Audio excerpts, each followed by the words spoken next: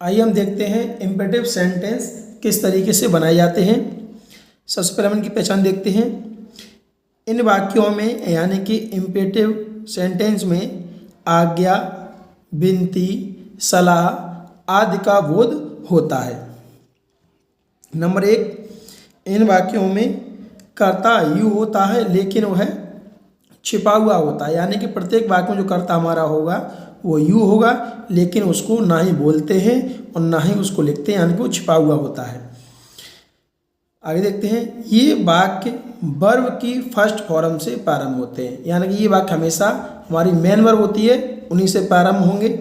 तीसरा पॉइंट है हमारा इसमें, ये वाक्य सिर्फ एफर्मेटिव और नेगेटिव ही बनाए जाते हैं, इनका इंटरोगेटिव फर्स्ट टाइप या सेकंड टाइप जो होता है क्वेश्चन वगैरह वो नहीं बनता, यानी सिर्फ एफर्मेटिव वाक्य बनते हैं और सिर्फ नेगेटिव वाक्य बनाए जाते हैं। नंबर 4 है इसमें, ये वाक्य हमेशा प्रेजेंट में ही बनाए जाते हैं, इनका पास्ट और फ्यूचर नहीं होता है। आइए हम देखते हैं सबसे पहले एफर्मेटिव सेंटेंस को हम किस तरीके से बनाएंगे।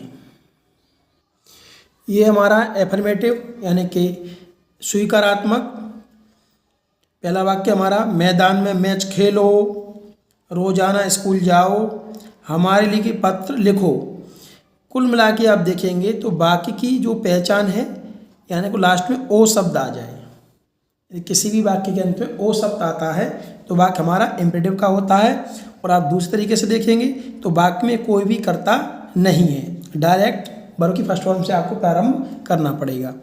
तो हमारा जो रूल होगा वाक्य बनाने का वो है वर्ब की फर्स्ट फॉर्म लगानी है, उसके बाद ऑब्जेक्ट और उसके बाद अदर, यानी कि हमें पीछे से नंबर से वाक्य बना देना है, वाक्य हमारा बन जाएगा। तो हम पीछे से बनाएंगे तो वर्ब की फर्स्ट फॉर्म में खेलना की स्पेलिंग होगी प्ले, प्ले, मैच की द मैच, और जैसे मैं की स्पेलिंग इन, और मैदान की फील्ड FIELD। तो हमारा वाक्य बनेगा play the match in field, मैदान में मैच खेलो। आप देखेंगे वर्ब की फर्स्ट फॉर्म से वाक्य की शुरुआत हुई है, यानी ये वाला वाक्य हमारा इम्पेरेटिव सेंटेंस का है। आप इंग्लिश में भी बहुत अच्छे से पहचान कर सकते हैं कि यदि किसी भी वाक्य की शुरुआत वर्ब की फर्स्ट फॉर्म से होती है तो वो वाक्य आपका इम्पेरेटिव सेंटेंस का होता है। दूसरा वाक्य हमारा, रोजाना स्कूल जाओ। हम पीछे से नंबर से बनाएंगे तो जाना की स्पेलिंग गो, टू कम के बाद और गो के बाद टू लगाया जाता है, और स्कूल की स्कूल, गो टू स्कूल, और रोजाना की होती है डेली। आप डेली लगा सकते हैं या फिर एवरीडे, तो गो टू स्कूल डेली यानी रोजाना स्कूल जाओ। हमारा तीसरा वाक्य है, हमारे लिए पत्र लिखो। पीछे से बनाएंगे लिखना की राइट, पत्र की ए लेटर हम ए इसलिए लगाते हैं क्योंकि एक बार में एक पत्र लिखा जाता है, इसलिए हम ए का प्रयोग करते हैं, तो राइट ए लेटर। और हमारे लिए की होती है फॉर अस। तो ये था हमारा एफर्मेटिव सेंटेंस। आप ऐसे कई सेंटेंस बना सकते हैं, जैसे कि पत्र लिखो, यहाँ आओ, वहाँ जाओ, छत पर पतंग उड़ाओ, रोजाना पार्टी याद करो। कुल मिला के वाक्य में कर्ता नहीं होना चाहिए। और आप इंग्लिश में पहचान करेंगे तो वर्ब की फर्स्ट फॉर्म से वाक्य शुरुआत होगी तो वाक्य एफर्मेटिव सेंटेंस का होगा। आइए अब इनमें देखते हैं कि नेगेटिव सेंटेंस किस तरीके से बनाया जाएगा। नेगेटिव यानी कि नकारात्मक। नेगेटिव सेंटेंस बनाने के लिए देखिए पहले हिंदी में समझ लेते हैं। नेगेटिव का मतलब होता है कि वाक्य में नहीं शब्द आएगा, और नहीं शब्द को ही हम मत लिख सकते हैं। तो इम्पेरेटिव सेंटेंस में जो हिंदी वाक्य होते हैं उनमें अधिकतर जो है नहीं शब्द की जगह मत शब्द लिखा होता है, क्योंकि बोलने में इसको आसानी होती है इसलिए। तो नेगेटिव सेंटेंस जब भी हम बनाएंगे तो हमें वाक्य की शुरुआत डू नॉट से या डोंट से करनी है, उसके बाद वर्ब की फर्स्ट फॉर्म लगानी है, ऑब्जेक्ट लगाना है और अदर लगा देना है। इंग्लिश में आप पहचान करेंगे तो यदि किसी भी वाक्य की शुरुआत में डू नॉट या डोंट शब्द लिखा हो तो वो वाला वाक्य हमारा इम्परेटिव का होगा और नेगेटिव कहलाएगा। हिंदी में देखते हैं, पहला वाक्य हमारा वहाँ मत जाओ, दूसरा वाक्य छत पर पतंग मत उड़ाओ, सड़क पर मत दौड़ो। हम इसको ऐसे भी लिख सकते हैं, सड़क पर नहीं दौड़ो या छत पर पतंग नहीं उड़ाओ। जैसा आपको बोलने में अच्छा लगे आप बोल सकते हैं, चाहे तो नहीं शब्द आए या मत शब्द आए।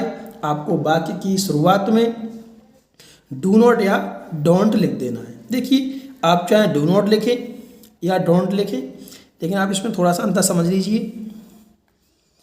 डू नॉट का भी मतलब होता है मना करना और डोंट का ही मतलब होता है मत यानी कि मना करना। लेकिन जब भी हम किसी चीज़ को हमेशा के लिए मना करते हैं तो वहाँ पर हम डू नॉट का प्रयोग करते हैं, और जब भी हम कुछ देर के लिए मना करते हैं, कुछ देर के लिए मना करेंगे, तब हम वहाँ पर डोंट का प्रयोग करते हैं। जैसे हम कहें डोंट मेक अ नॉइज, शोर मत मचाओ। अब हमने डोंट का प्रयोग किया, इसका मतलब है अभी मत मचाओ, थोड़ी देर बाद आप शोर मचा सकते हो। अब हम कहें डू नॉट स्मोक, धूम्रपान मत करो, तो ये क्या करें, हम हमेशा के लिए मना करते हैं, इसलिए वहाँ पे लिखा होता है डू नॉट स्मोक। यदि हम कहें डू नॉट लाफ, हंसो मत, इसका मतलब होगा यहाँ पे हंसना नहीं है।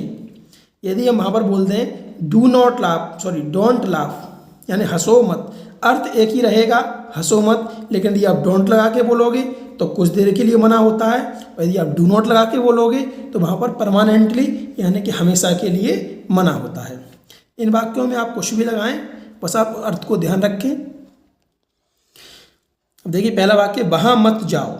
अब यदि हम हमेशा के लिए मना कर रहे हैं तो हम डू नॉट का प्रयोग करेंगे, और वहाँ मतलब यदि हम थोड़ी देर के लिए मना कर रहे हैं तो हम डोंट का प्रयोग करेंगे। आप कुछ भी ला सकते हैं, तो डोंट यानी कि गो टू, वहाँ की देयर, डोंट गो देयर, वहाँ मत जाओ। छत पर पतंग मत उड़ाओ। अब यदि हम हमेशा के लिए मना करेंगे तो डू नॉट का प्रयोग करेंगे, कुछ देर के लिए मना कर रहे हैं किसी से तो डोंट। यहाँ पे आप कुछ भी ला सकते हैं, जैसे डू नॉट लगा लें, हमेशा के लिए मना करेंगे डू नॉट। अब पीछे से बनाएंगे वर्ब की first form, fly a kite. A इसलिए लगाई जाती है क्योंकि एक बार में हम एक पतंग उड़ा सकते हैं। फ्लाई ए काइट, पर की स्पेलिंग ऑन और छत की स्पेलिंग रूफ। तो do not fly a kite on roof, यहाँ पर हमने डू नॉट का प्रयोग किया है। इसका मतलब है हमने वहाँ छत पर पतंग उड़ाने के लिए परमानेंटली यानी हमेशा के लिए मना किया है। सड़क पर मत दौड़ो, अभी हमेशा के लिए मना करेंगे तो हम लगाएंगे डू नॉट, और हम थोड़ी देर के लिए मना करेंगे किसी से तो हम लगाएंगे डोंट। तो यहाँ पे हम हमेशा के लिए मना कर रहे हैं कि सड़क पर मत दौड़ो, तो डू नॉट। अब पीछे से बनाएंगे दौड़ना की रन, पर की ऑन और सड़क की रोड। तो do not run on road, सड़क पर मत दौड़ो। तो ये था हमारा इम्पेरेटिव सेंटेंस में नेगेटिव। आइए हम आगे देखते हैं, यदि इम्पेरेटिव सेंटेंस में हिंदी वाले वाक्य में कृपया, सर, मैडम आदि शब्द आते हैं तब उनको कैसे बनाएंगे। देखिए, 4 शब्द हैं यहाँ पर, प्लीज़ और काइंडली, दोनों का ही मतलब होता है कृपया, यानी विनती के लिए करते हैं। सर, मैडम तो आप जानते ही होंगे। तो यदि इनका प्रयोग करना है तो इनको हम सबसे पहले लगाना पड़ेगा। सबसे पहले हम इनकी मीनिंग लगाएंगे, इनमें से कोई भी आता है, और उसके बाद वर्ब की फर्स्ट फॉर्म लगाएंगे, फिर ऑब्जेक्ट और फिर अदर। और यदि वाक्य में नहीं शब्द आएगा तो इससे पहले यहाँ पर हमें या तो हम डू नॉट का प्रयोग करेंगे या फिर डोंट का। कुल मिलाकर यदि वाक्य में कृपया, सर, मैडम आदि शब्द आते हैं तो उनकी अंग्रेजी हमें सबसे पहले लगा देनी है। जैसे वाक्य से समझें, कृपया पत्र लिखो, तो हम कृपया लगाएंगे प्लीज़ और हल्का सा कॉमा, प्लीज़। अब वाक्य हमारा रहेगा पत्र लिखो, इम्पेरेटिव का है, करता नहीं है, तो लिखना कि राइट ए लेटर। तो प्लीज़ राइट अ लेटर, कृपया पत्र लिखो।